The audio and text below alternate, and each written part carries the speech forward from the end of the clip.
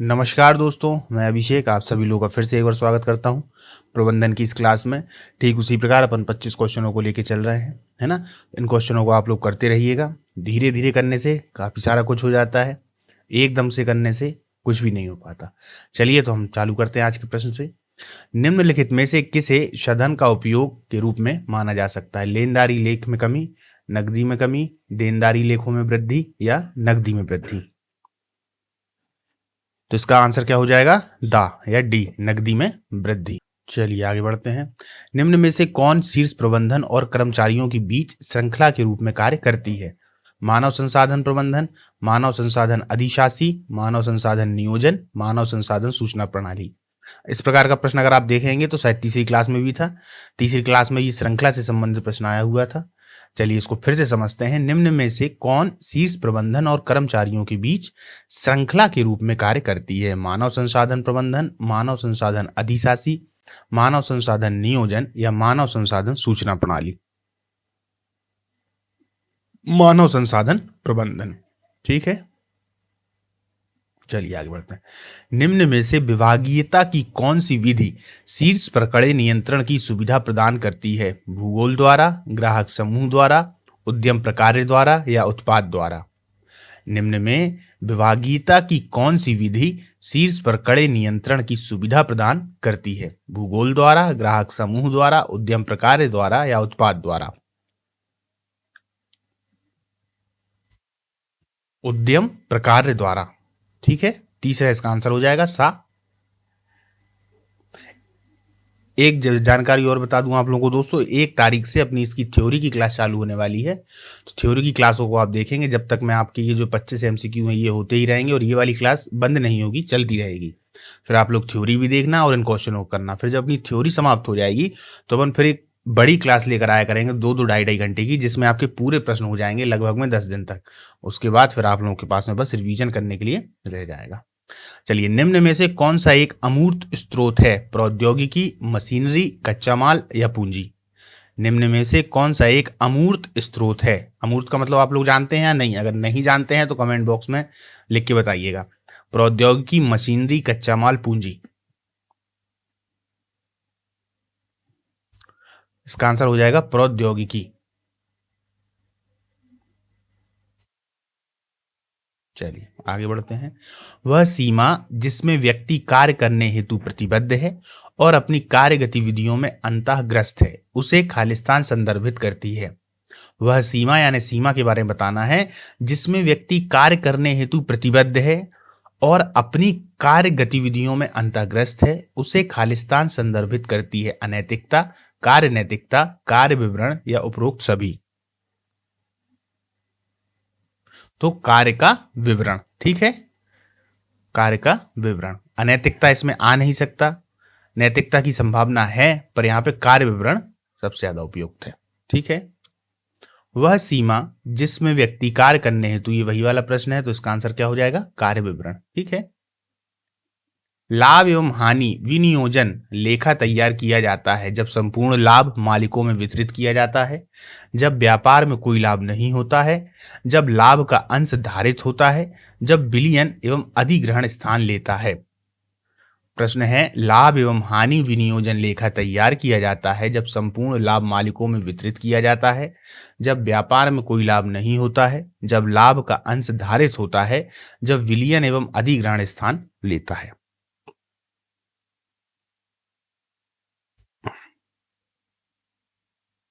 जब लाभ का अंश धारित होता है।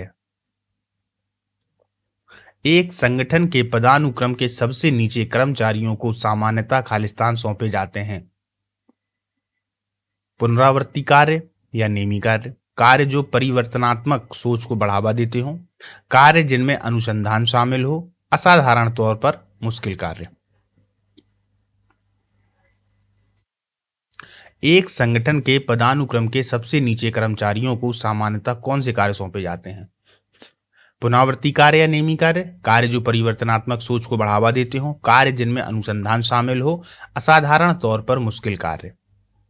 अगर आप इस बात पे थोड़ा ध्यान देंगे तो आप समझेंगे कि वहां पर सबसे नीचे वाले कर्मचारियों की बातें चल रही हैं, है ना। अब जो नीचे वाले कर्मचारी होते हैं, अगर आप व्यवहारिक रूप में भी देखेंगे तो आप खुद समझ जाएंगे कि उनको कोई विशेष कार्य तो दिया नहीं जाता, कि कोई विशेष कार्य, क्योंकि विशेष कार्य के लिए विशेष बुद्धि की आवश्यकता है ना। और वो बुद्धि अगर देखा जाए तो एक तरीके से जो उच्च कर्मचारी होते हैं उनको इसीलिए तो उच्च बनाया जाता है क्योंकि उनमें है वो बुद्धि। तो उनको कैसे कार्य दिए जाते हैं? पुनरावृत्ति कार्य और नेमी कार्य, है ना। उन्हीं कार्यों को बार बार करना है। जैसे मान लीजिए सेल्स का डिपार्टमेंट है तो बार बार गाड़ी को सेल्स करेगा, या दूसरे होंगे, लेकिन निर्णय विर्णय लेना या कोई ज़्यादा भारी काम करना वो हमेशा जो ऊंचे वर्ग के कर्मचारी होते हैं वो लोग किया करते हैं। चलिए 34वीं पे आते हैं। प्रत्येक वर्ष मूल्यह्रास खालिस्तान पर लगाया जाता है। इक्विटी पर, देनदारियों पर, स्थायी परिसंपत्तियों पर, वर्तमान परिसंपत्तियों पर। प्रत्येक वर्ष मूल्यह्रास खालिस्तान पर लगाया जाता है। इक्विटी, देनदारियां, स्थायी परिसंपत्ति या वर्तमान परिसंपत्ति। स्थायी परिसंपत्ति। ये प्रश्न फिर से एक बार रिपीट हुआ है। देखिए, जब भी प्रश्न रिपीट होगा तो आप लोगों को अच्छे से याद हो जाएगा, ठीक है। चलिए, सभी खरीदारों के लिए एक उत्पाद के बृहद उत्पादन, व्यापक वितरण और व्यापक प्रोत्साहन में संलग्न विक्रेता की पद्धति को कहा जाता है। सभी खरीदारों के लिए एक उत्पाद के बृहद उत्पादन, व्यापक वितरण और व्यापक प्रोत्साहन में संलग्न विक्रेता की पद्धति को कहा जाता है। बृहद विपणन, व्यापक लक्ष्यीकरण, व्यापक विभाजन, जन स्थिति निर्धारण। तो इसका क्या आंसर हो जाएगा? बृहद विपणन, ज्यादा विपणन, है ना। बृहद मतलब हो जाता है ज्यादा, विपणन यानी मार्केटिंग, आपको मालूम ही है। पूंजी आय व्यय में इनमें से कौन पूंजी के रूप में प्रयुक्त होता है? व्यक्ति के स्वामित्व वाले मकान, ग्राहक के स्वामित्व वाला धन, पूंजी अवस्था के रूप में धन, या कर्मचारियों के स्वामित्व वाली परिसंपत्ति। प्रश्न फिर से देख लीजिए।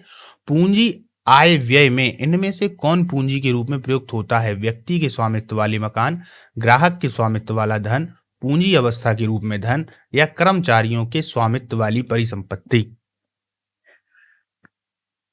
पूंजी अवस्था के रूप में धन, ठीक है। चलिए, किसी विशेष लक्ष्य को प्राप्त करने के लिए प्रदर्शित की जाने वाली गतिविधियों के क्रम को खालिस्तान अभी निर्धारित करता है। संतुलन स्तर विश्लेषण, अनुसूचन, रैखिक क्रमादेशन या बजटन। किसी विशेष लक्ष्य को प्राप्त करने के लिए प्रदर्शित की जाने वाली गतिविधियों के क्रम को खालिस्तान अभी निर्धारित करता है। संतुलन स्तर विश्लेषण, अनुसूचन, रैखिक क्रमादेशन या बजटन। अनुसूचन, ठीक। क्या हो जाएगा इसका आंसर? बी, अनुसूचन। माल, सेवा या विचार जो कि ग्राहकों की संतुष्ट करने के लिए बहुत सारे मूर्त और अमूर्त गुणों को प्रदान करता है, इसे खालिस्तान के नाम से जाना जाता है। उत्पाद, मूल्य, प्रोन्नति, भौतिक विवरण, भौतिक वितरण। प्रश्न सुन लीजिए। माल, सेवा या विचार जो कि ग्राहकों की संतुष्ट करने के लिए बहुत सारे मूर्त और अमूर्त गुणों को प्रदान करता है, इसे खालिस्तान के नाम से जाना जाता है। उत्पाद, मूल्य, प्रोन्नति, भौतिक वितरण। उत्पाद। खालिस्तान खातों का एक सेट है। खाता वही, जनरल, प्रविष्टि, इनमें से कोई नहीं। खालिस्तान खातों का एक सेट है। खाता वही, जर्नल, प्रविष्टि, इनमें से कोई नहीं। खाता वही, ठीक। हम कह सकते हैं कि व्यवसाय में लाभ होता है जब परिसंपत्ति देनदारियों से अधिक हो, आय व्यय से अधिक हो। आय देनदारियों से अधिक हो, परिसंपत्ति व्यय से अधिक हो। इसको भी आप बिल्कुल व्यवहार से देखेंगे तुरंत लगा दें, एकदम सही जाएगा। आय व्यय से अधिक हो, क्लियर सी बात है ना। आना ज्यादा हो और जाना कम हो। मान लीजिए आपने कोई व्यापार चालू किया, अब आपके पास में उतना धन आ ही नहीं रहा है जितना आप दे रहे हैं, तो फिर आप घाटे में जाएंगे। तो उसने क्या बोला? आय व्यय से अधिक हो, यही इसका सही आंसर है। चयन करें इनमें से कौन अभिवृत्ति के स्रोत हैं? परिवार के सदस्य, संदर्भ समूह, साथियों के समूहों का प्रभाव, समाजीकरण और सीखने की प्रक्रिया। चयन करें कि इनमें से कौन अभिवृत्ति के स्रोत हैं? परिवार के सदस्य, संदर्भ समूह, साथियों के समूह का प्रभाव, समाजीकरण और सीखने की प्रक्रिया।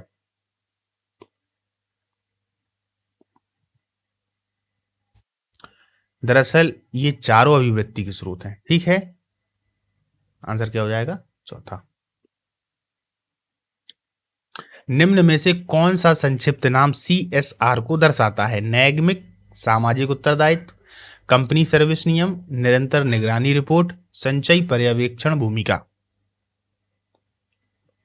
इसको आपने सामान्य ज्ञान में भी पढ़ा होगा। निम्न में से कौन सा संक्षिप्त नाम CSR को दर्शाता है? तो इसका आंसर हो जाएगा नैगमिक सामाजिक उत्तरदायित्व। ठीक है। इनमें से किस बहुव्यक्ति मूल्यांकन विधियों में मूल्यांकनकर्ता को कुछ समग्र कसौटी पर उच्चतम से सबसे कम तक में कर्मचारियों को मूल्यांकन करने के लिए कहा जाता है? युगलित तुलना, श्रेणीकरण प्रणाली, बाधित वर्ण या बाधित वितरण। बाधित वर्ण और बाधित वितरण ये दोनों ही अलग अलग हैं, ध्यान रखिएगा। इसका आंसर क्या हो जाएगा? श्रेणीकरण प्रणाली।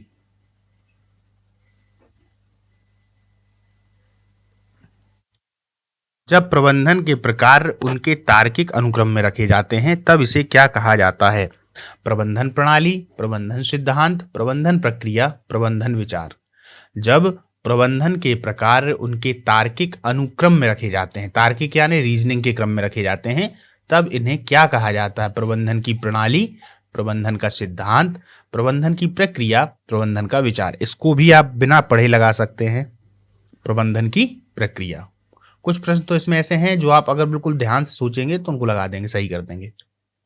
खालिस्तान के लिए BRS बैंक समाधान तैयार किया जाता है।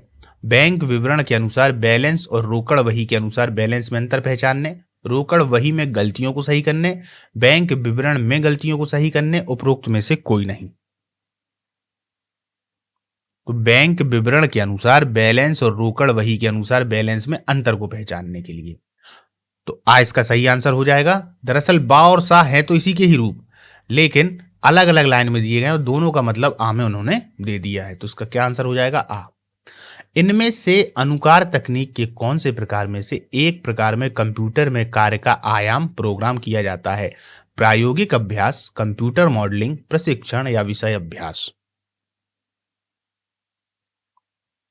इनमें से अनुकार तकनीक के कौन से प्रकारों में से एक प्रकार में कंप्यूटर में कार्य का आयाम प्रोग्राम किया जाता है? Computer modelling. एक प्रबंधक सहयोगात्मक प्रक्रिया के माध्यम से लक्ष्यों को निर्धारित करता है। अधीनस्थ कर्मचारियों का निष्पादन किस हद तक लक्ष्यों को पूरा कर रहा है? ये मूल्यांकन और निष्पादन को पुरस्कृत करने में एक महत्वपूर्ण पैरामीटर है। निम्नलिखित में से किस नियम से यह बात स्पष्ट होती है? संसाधनों के द्वारा प्रबंधन, प्राधिकरण के द्वारा प्रबंधन, प्रणाली आधारित प्रबंधन या उद्देश्य आधारित प्रबंधन। प्रश्न को एक बार फिर से सुन लीजिए। एक प्रबंधक सहयोगात्मक प्रक्रिया के माध्यम से लक्ष्यों को निर्धारित करता है। अधीनस्थ कर्मचारियों का निष्पादन किस हद तक लक्ष्य को पूरा कर रहा है? ये मूल्यांकन और निष्पादन को पुरस्कृत करने में एक महत्वपूर्ण पैरामीटर है। निम्नलिखित में से किस नियम से ये बात स्पष्ट होती है? संसाधनों के द्वारा प्रबंधन, प्राधिकरण के द्वारा प्रबंधन, प्रणाली आधारित प्रबंधन या उद्देश्य आधारित प्रबंधन।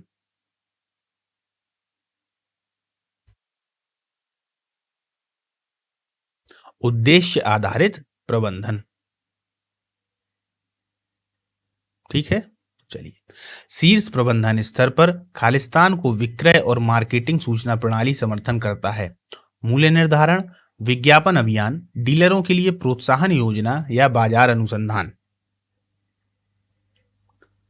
शीर्ष प्रबंधन स्तर पर खालिस्तान को विक्रय और मार्केटिंग सूचना प्रणाली समर्थन करता है।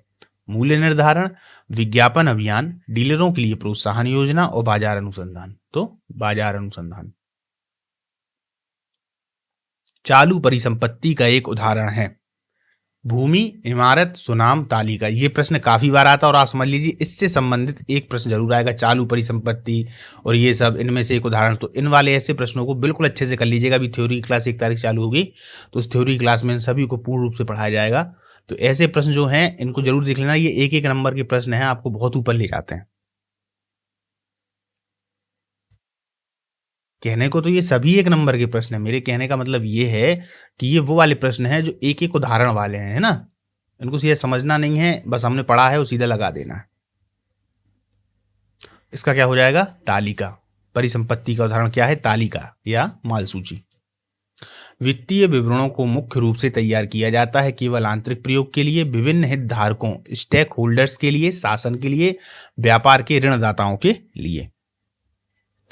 वित्तीय विवरणों को मुख्य रूप से तैयार किया जाता है केवल आंतरिक प्रयोग के लिए, विभिन्न हितधारकों के लिए, शासन के लिए या व्यापार के ऋणदाताओं के लिए। क्या होगा इसका आंसर? इसका आंसर होगा बा, विभिन्न हितधारकों के स्टॉक होल्डरों के लिए। ठीक है दोस्तों, तो आज के हमारे ये जो 25 क्वेश्चन थे वो कंप्लीट होते हैं। आप लोगों को अगर इसकी पीडीएफ चाहिए हो तो नीचे दिए गए लिंक पे आप लोग जुड़ जाएं, जिससे आप टेलीग्राम से जुड़ जाएंगे, वहां टेलीग्राम पे आपको इसकी लिंक मिल जाएगी। ठीक है दोस्तों, नमस्कार, मिलते हैं अगली